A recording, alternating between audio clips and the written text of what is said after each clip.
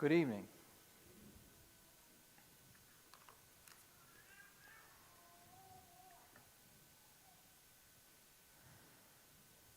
This evening I want to ponder the word trust. So I'm going to want some interaction here for a little bit. Hopefully get us all together. I just want you to think about trust, what it is, what it means to you, how it affects you.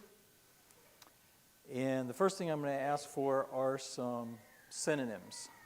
And I'd actually like to have some from both sides of the house. I don't know for sure. I've never been a woman, but there's part of me that says trust for a woman has a little different flavor than a trust for a man. So just like some synonyms from you all for the word trust. Okay? Confidence.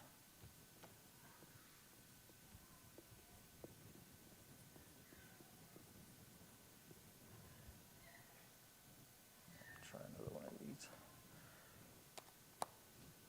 I said synonyms, so let's have some more.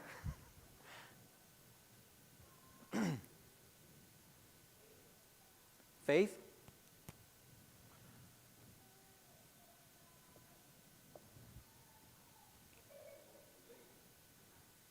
Believe.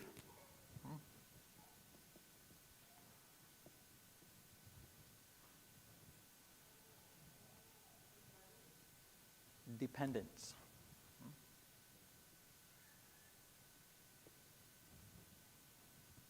Let's have at least two more.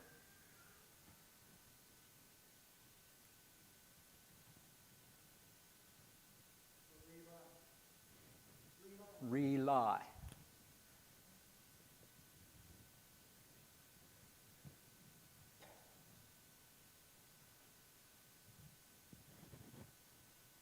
One more.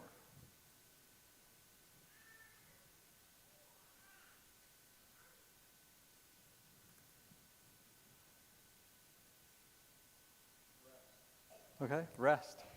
I like that one.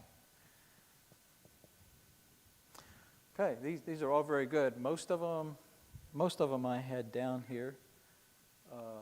Dependence was one I don't think I had, but it can start to overlap. I'm going to put one more that I found that, just see how it strikes you.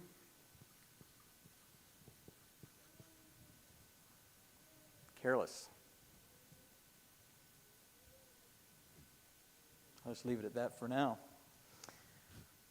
Okay, so I'm assuming, since I got some of these from you, that these are all, I'll call them sensations, I'm not sure what other word to use, that go along with how you understand trust.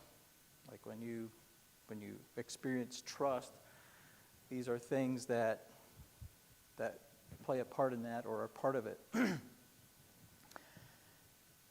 So another thing I want to do, and again I'd like some input from you, is to put down some things that are foundational to trust. I guess I'll use that word.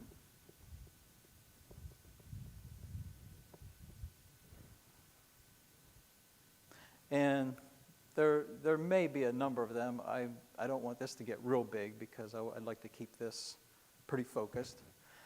What are some things that are foundational to trust, that need to be there for trust to exist? Integrity, okay. If we can get 5 of these, that'll be good enough. Reliability.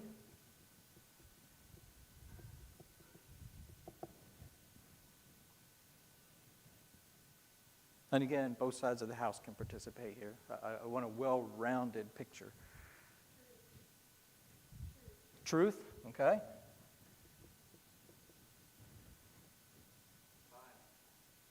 Time. Let's get one more. Faithful.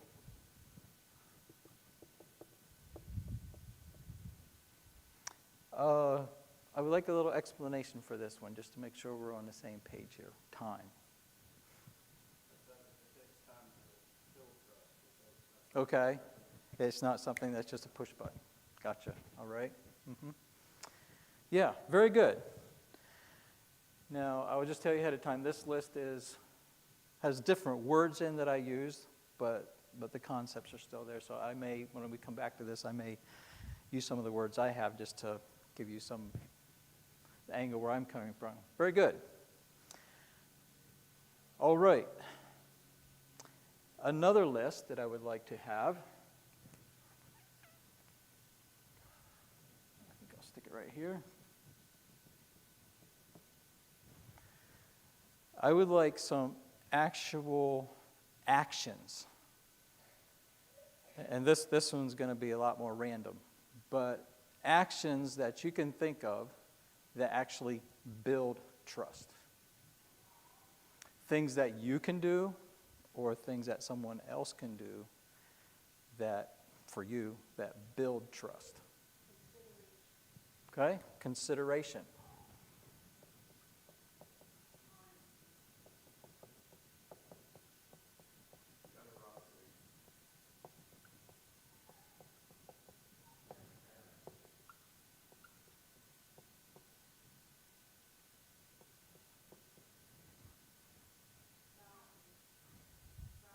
Boundaries.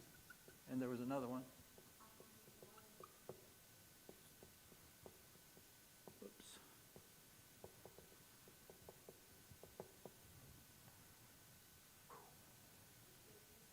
Okay, consistency.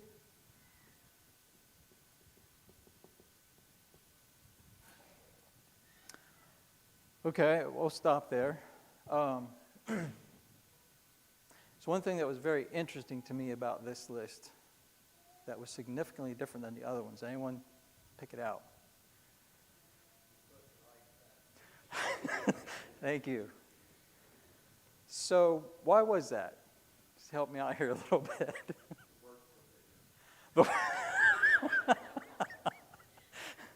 I would give you a little credit for that. That was true. But they were coming a lot faster. They definitely were. And any explanation besides that they're bigger words and it took you longer to say them or something? I'm not sure. And me to write them. Concrete. Okay.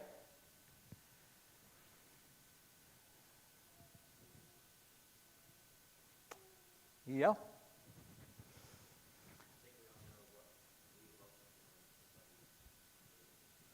Okay. Trust is something that is really important to us. And we notice it very much in other people when it's there. We actually notice it very much more when it's not there. Roberta mentioned this is a concrete list. Honestly, I'll just be quite frank with you. It wasn't quite as concrete as I wanted. Okay, I would have liked maybe a little more terms that actually had a visual with them. But we'll come back to that. These are good, though. These are very good. All right. I'm going to add a few things to this list, but after I do something else. No, wait. Was it this one? I'm going to get a little bit confused here. Yeah, this list here. I want to go to the opposite of that. Things that just destroy. Okay, these are foundational. Things that actually like pull the rug out from under trust. I'll just put up here destroyers.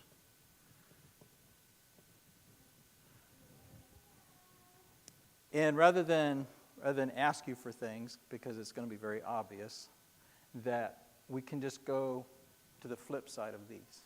Okay, these are foundational. So I'm going to ask you what you would consider to be the opposite of integrity.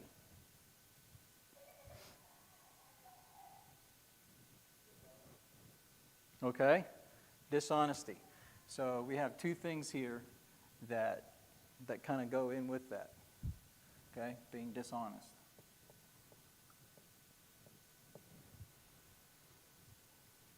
What is the opposite of reliability?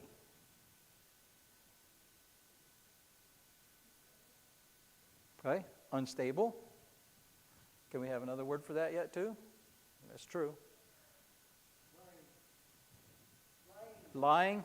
Well, we're going to put that with this one. Dishonest and lying are kind of the same. Yeah. Okay. Okay. Or we could go back over here to a word, just not being dependable. Okay. I'm going to put undependable here, but yeah. Whoops. And we could do the same thing here. I'm curious about what we'd say. What's the opposite of this one in the context that we have here? Time means giving it some time. So, okay, impatient, that's a good word. I'm going to put another one up here that was kind of the same, but impulsive.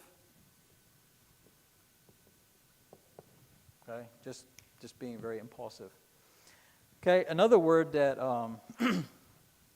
I have here, which I think kind of goes along with this one. Consistency, okay? And we'll do like we did with reliability, unreliable, inconsistent, just not being the same, just kind of random, all right? These are all things, and we can list more, that destroy trust, okay? One more list yet. Let me do this. Actions that kind of equal or lead to trust. What are some actions that do not lead to trust? Okay, now, we talked about being concrete. I want you to think of things that people can do that just do not lead to trust. They kind of would go like with this list. Okay, betrayal. Mm-hmm. Okay.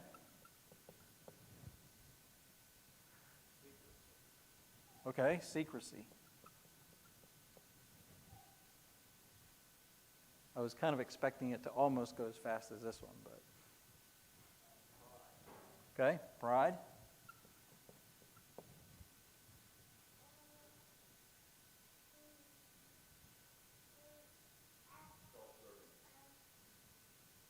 Okay, yeah, that's probably a good way to put it.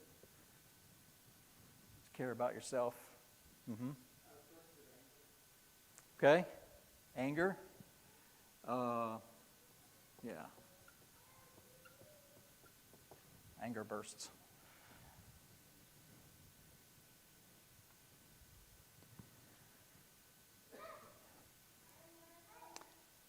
So, what do we do with all of this? I get into a number of conversations, I don't know, maybe I could say a number a week, but at least several a month, where at the core of the discussion is often this whole idea of trust. It may be kind of a subtle thing, but often it involves somewhere in it an element where trust is missing. And we have that, we went through it in our brothers' meetings. It happens in family discussions. And what's always probably, I would say, the most disturbing to me, and this even happens in conversations that I have with myself, the disturbing thing is that we all know, and I know, at the bottom of my heart, that this whole thing of trust is probably the most important thing when it comes to, shall I call it, the oil of relationships, okay? When it's not there, you just get friction. So, and most of us, one of the reasons I wanted to do this together is because most of us have a pretty good picture, a pretty good idea of what trust is really all about. We kind of know how it should work. The question is, why doesn't it?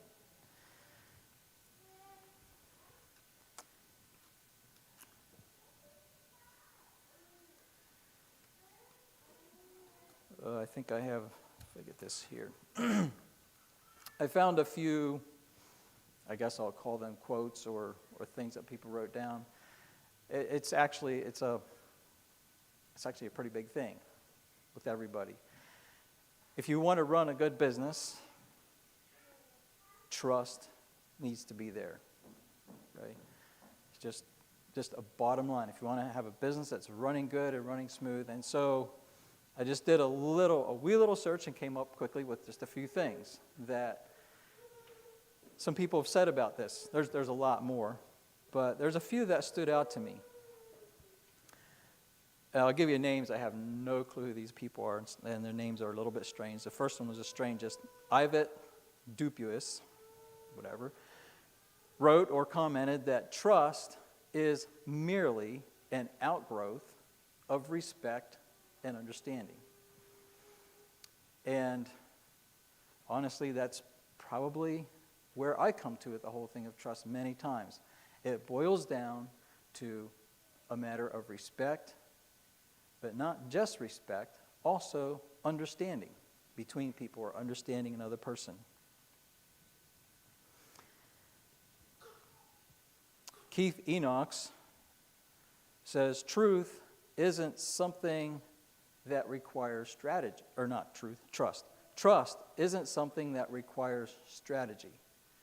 Keep it simple. 1, mean what you say. 2, do what you say. And 3, know what is private and what isn't. Those are the 3 things that he said are kind of a trust in a nutshell. And I think I can agree with that. Take a lot of these words up here, and those things fit in there somewhere.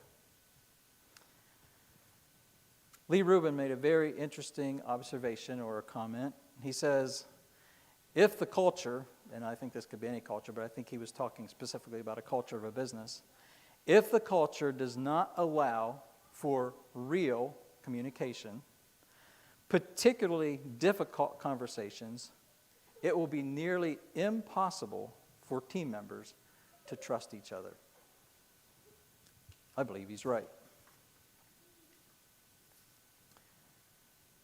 I'm presently reading a book about the Amish Mennonite great schism of the 1800s.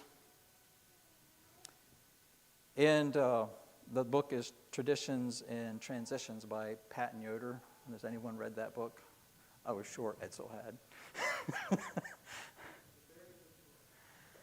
It's a very interesting book.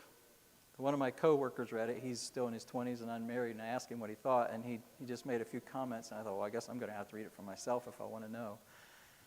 Obviously, I could tell he thought about it, but it is really interesting to me that the thread that runs through that whole book is this thing of trust and distrust between various factions of people. And they worked hard, at least they thought they did. They worked hard, talked long, traveled much to try to keep it there and to restore it where it wasn't. An interesting observation I made, and I'm not through the whole book yet. I think I'm through the basics of the division. There's another section. What was interesting to me is in their conversations and in their meetings, they would pretty often go away feeling like they had gained some ground. But almost, and I think I can say every time, give it a year, the comment was, it didn't work. Nothing happened. Nothing improved. Matter of fact, most of the times it got worse. So the trust wasn't restored.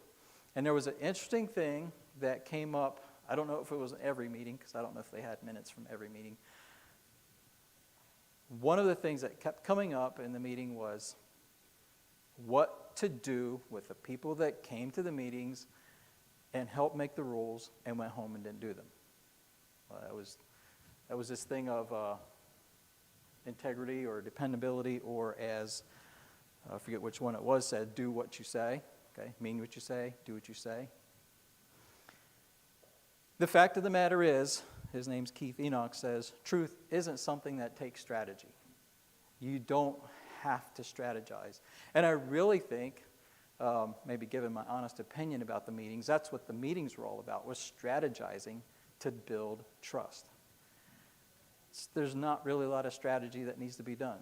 You just mean what you say, do what you say, know what's private, know what isn't. Another important thing this Lee Rubin mentions is about the culture allowing for real communication. That one was really interesting to me. One of the comments that is made in this book about these meetings that these Amish people were having was they did talk frankly. So I don't really think that seemed to be a big problem there, although their frankness, it felt like at the meeting, was sometimes different than their frankness when they got home. So they sometimes seemed to say different things. Like the one minister particularly went to the meeting and they got this committee to talk about the problem, came up with a solution. It was his job to take it home and put it into practice. Apparently he agreed because they thought, okay, we've got somewhere. He went home, pulled his ministers together and says, I have a better plan. Well, there you go. Trust just out the door, big time. I'm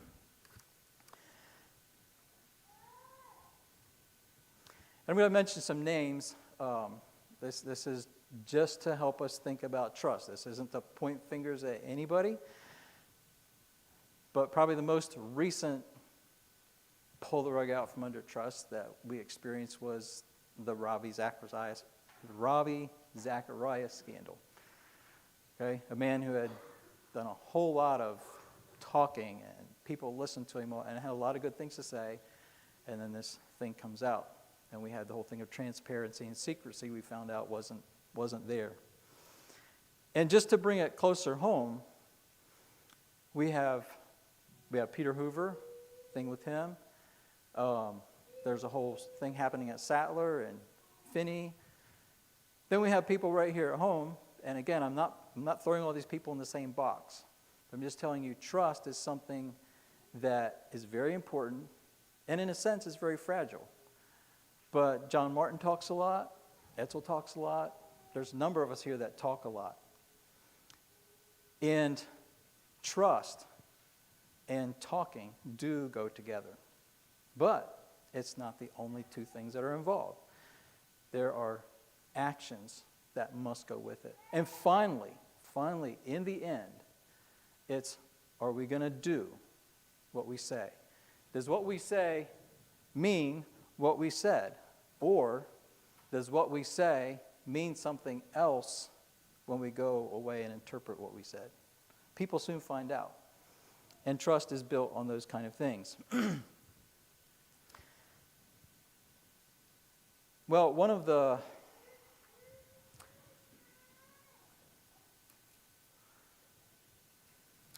what word should I use here? It's a problem, a real big problem with trust is me, okay, and you. We're human beings, and we do mess up, okay? I do. So if trust is built on all these wonderful things that we have here, these are the synonyms, and those are all great terms. Here's foundational things, great terms. Here are actions, just wonderful. And if we could pull them off all the time without any problems, trust should just flow like water out of an artesian well, fresh and cool, and we could all bask and be refreshed with each other. Sometimes that just doesn't happen, okay? Sometimes quite frequently it doesn't happen. And I didn't write down the name for this one, but on that list of things about trust on this little page said, own your mistakes. And I have discovered from my own experience, if I want to build trust in other people, I need to be very honest with myself about my mistakes. Not just the ones that I see and know about, but the ones that people bring to me that maybe I wasn't aware of. I need to be honest enough to say, at least I will think about that. Maybe it makes no sense to me right at the beginning, but I don't say, oh, no, that's your problem. Right away, you have pulled, if not the whole rug of trust out from under that person, you've started pulling a frayed thread, and it will leave in time. Own your mistakes. Take responsibility for them. Face up to them. You actually don't even have to fix them right away, because sometimes you can't. But if you're willing to own your mistakes, people will trust that you are honest, you're a person of integrity, and you're going to take responsibility for what is yours.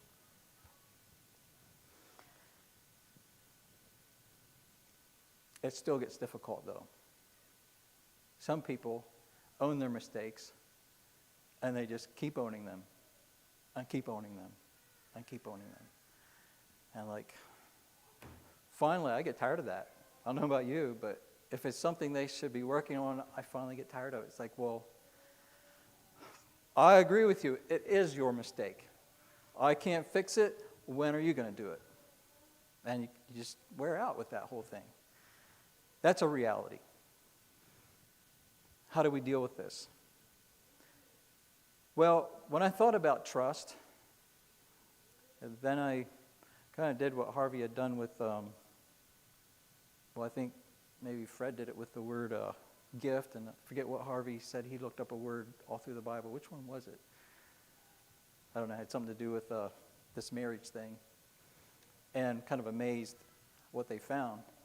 I don't know if I was so amazed at what I found, because the verses with trust in a lot of them, we're just so familiar with them. But there's one thing that really stood out to me, and I would like to take a look at several verses this morning this evening, to give us what really, really, really, really is the foundation of trust. These are great terms, and they need to be there. Unfortunately, for us human beings, we have a lot of cracks in them, and so it gets kind of difficult. But what really is the foundation of trust between human beings? I would like to start, first of all, with 2 Samuel, just to reinforce that some of this stuff that we have up here is very biblical. 2 Samuel chapter 22, verse 3, I feel like gives a pretty good definition of trust. And you'll find a very similar verse in Psalm 18. 2 Samuel 22, verse 3 says, "The God of my strength," well, let me start at verse 2 actually. "And he said, 'The Lord is my rock and my fortress and my deliverer, the God of my strength, in whom I will trust, my shield and the horn of my salvation, my stronghold and my refuge, my Savior, you save me from violence. I will call upon the Lord, who is worthy to be praised, so shall I be saved from my enemies.'" And there's a list of more words we could put up here. But trust involves all of these things that we have listed here. And to just give it away right up front, where does this person put his trust? And it's David. The psalm, I think, is a very similar one. Where is his trust? It's pretty obvious in here. I'll let you tell me.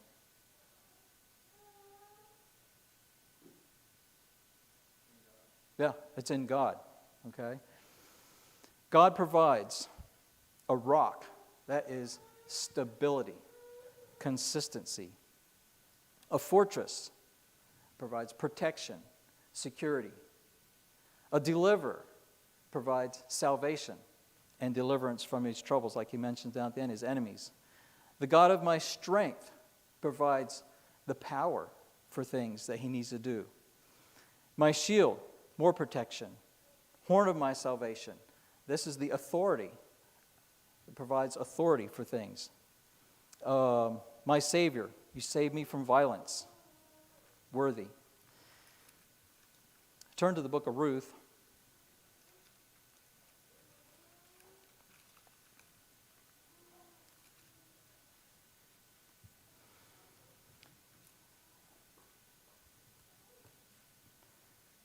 Amazing story to me. Here's a widow that goes back with her mother-in-law to a strange country, strange culture. The only thing she probably knows about it is what she learned from her husband, father-in-law, mother-in-law. She said, I'm going back. She must have learned a lot from them, because she said, I'm going back and I want your God to be my God, your people to be my people, all of that stuff. The important one is, I want your God to be my God. That was key. And she met a man that understood that. In chapter 2, verse 12, she went out and gathered with strange people. She's gathering barley. And Boaz comes out in the field and says, who's this, and all that, and they had this little conversation. And start reading at verse 11. And Boaz answered and said to her, it has been fully reported to me all that you have done for your mother-in-law since the death of your husband, and how you have left your father and your mother and the land of your birth, and have come to a people whom you did not know before. The Lord repay your work, and a full reward be given you by the Lord God of Israel. I love this next phrase. Under whose wings you have come to trust. So here's this single woman going out with strange people. Her trust isn't in the people. Her trust is in God. And that is so key. Familiar verse in Job. Though he slay me, yet will I trust him. Had Job trusted in those three friends of his, who I gather they must have been close friends, because they all came and commiserated with him for a month. And had his trust been in the integrity and honesty and faith and belief and reliability and consistency of all those friends, he would have been devastated. But his trust was in God. And that's what carried him through. Psalm 22 and 31, which I'm not going to take time, are psalms that have phrases in that connect almost identically with things that Jesus said, or it says about Jesus when he was going through his crucifixion. The one, my God, why have you forsaken me? But in there it talks about, I will trust. And there's a man who, though he slay me, yet will I trust him. He lived it clear to the death. Jesus trusted his Father clear to death. Turn to Psalm 37. The Psalms are full of this thing of trust. And it is always, always about trust in God, trust in the Lord.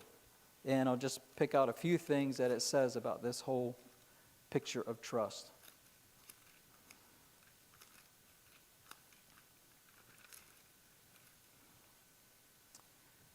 I think I want to read the first 8 verses. Do not fret because of evildoers, neither be envious of the workers of iniquity, for they shall soon be cut down like the grass and wither as the green herbs. Trust in the Lord. I like that. But I like the next phrase, and do good. Okay? So trust does have an obvious outcome.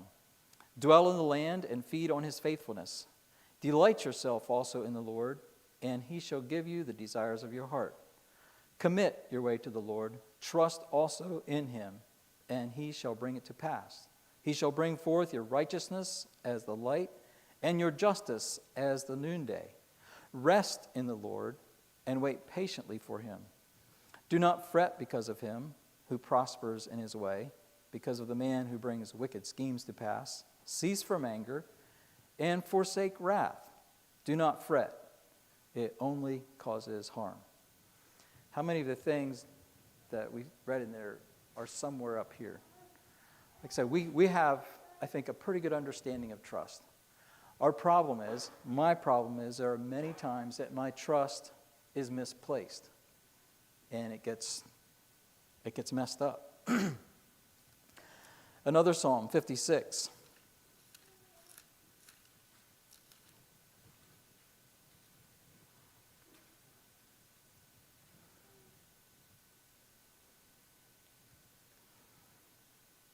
I guess I'll read this one. I didn't write down the particular verses. They're kind of scattered out through here. But notice what is connected with trust in this psalm. It's pretty specific. Be merciful to me, O God, for man would swallow me up. Fighting all day, he oppresses me. My enemies would hound me all day, and there are many who fight against me, O most mighty. Whenever I am afraid, I will trust in you. In God, I will praise his word. In God, I will put my trust. I will not fear. What can flesh do to me? All day they twist my words. All their thoughts are against me for evil. They gather together. They hide. They mark my steps. When they lie in wait for my life, shall they escape by iniquity? In anger, cast down the peoples, O God. You number my wanderings. Put my tears into your bottle. Are they not in your book? When I cry out to you, then my enemies will turn back. This I know because God is for me. In God, I will praise his word. In the Lord, I will praise his word. In God, I have put my trust. I will not be afraid. What can man do to me? Vows made to you are binding upon me, O God. I will render praises to you, for you have delivered my soul from death. Have you not kept my feet from falling, that I may walk before God in the light of the living? This one specifically says that trust is his antidote to fear. And what does he say his fear is in this one? His fear is man.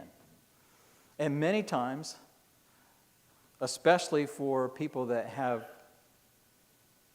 been burned in trusting, they get to the place where they don't trust even good people. They fear just anybody. But here's the antidote. Trust in God when you're afraid. What can man do to me? Another section in Psalm 118.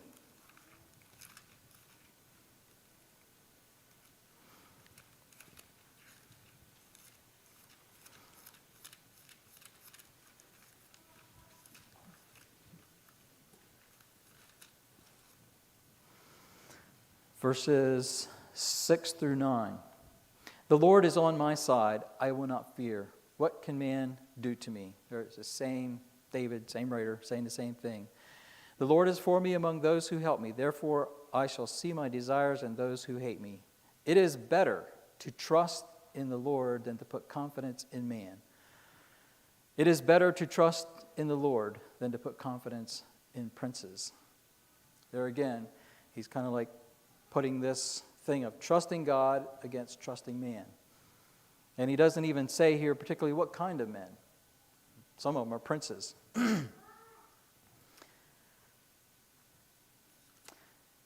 Turn to Proverbs, and we'll just take a look at a very familiar set of verses.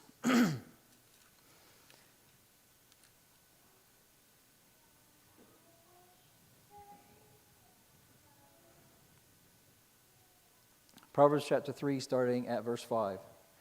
Trust in the Lord with all your heart, and lean not on your own understanding. In all your ways acknowledge him, and he shall direct thy path. Be not wise in your own eyes. Fear the Lord, and depart from evil. It will be health to your flesh, and strength to your bones. One of the problems that I have when it comes to trusting is I try to figure out who can be trusted and who can't be trusted. You know, weigh all the evidence I have and who can be trusted and who can't. And if I know people well, it might come out fairly well. But in all the people that I meet throughout the day, that's a pretty small handful. The rest of them, no, what do I know about them? How can I really decide if they're trustworthy or not? And sometimes, as can be the case in someone like Robbie Zachariah, they can hide things for a long time. And you think you can trust them, but it just doesn't turn out in the end. How do we deal with that? And just to make it really practical, how do we deal with that here in the brotherhood? So we can really work hard at maybe this one here, transparency, and try not to be secret, keep everything out in the open. And sometimes that can even get a little hard. That's being very vulnerable, but in the end, that's what works the best. How can we work with this with each other? Well, I don't want to leave tonight and say we shouldn't trust each other, because I don't believe that. Okay? We do need to trust each other. But that should not be our starting point. That should not be our starting point. Our starting point should be, like David, I will put my trust in God. What can man do to me? And there's a lot of answers. They can fail you. Sometimes they can support you. But if your trust is ultimately in God, He will never let you down.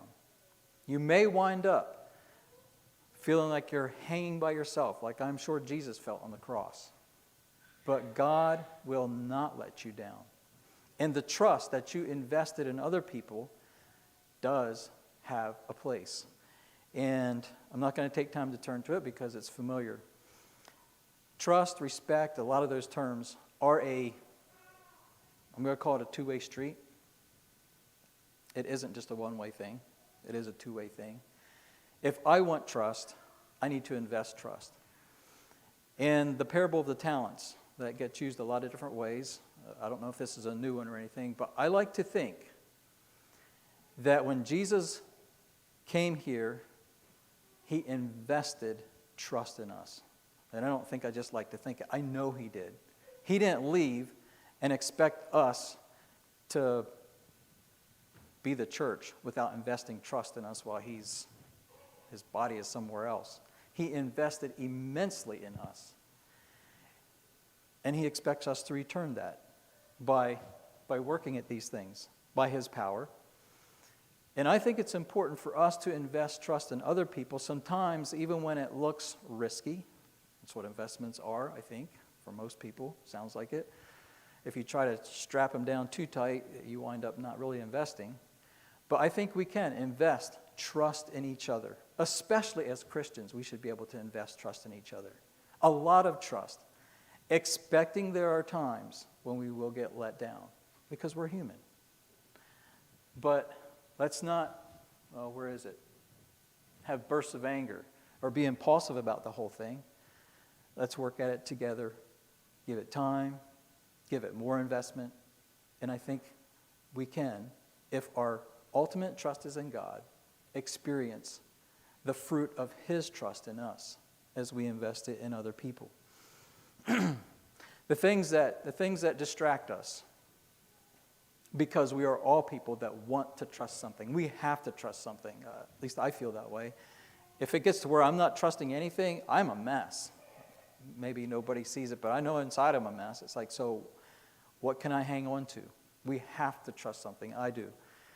And we will look for things. And if we can put that in God, instead of, as the parable of the sower talks about, the cares of this world and all those things, or as Timothy talks about, in uncertain riches and insurances and all things that people want to put their confidence in, if we can keep it in God, we will find the security and all of these things that go along with this thing of trust. I like what Peter says about Sarah and Abraham. Sarah trusted in the Lord and was subject to her husband. I think that's so important. When we come under authority, when we find ourselves in an area where we have authority over us, for some people that can be really tricky because they've been let down by authority. But we can do that.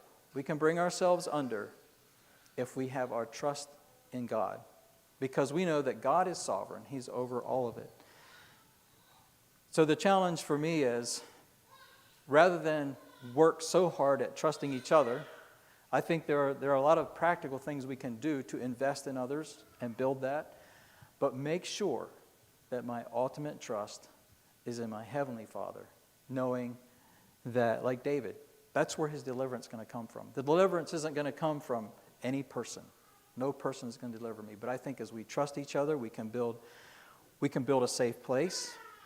But together we can experience what God has for us in delivering all of us together from the devil and every bad thing that's out there.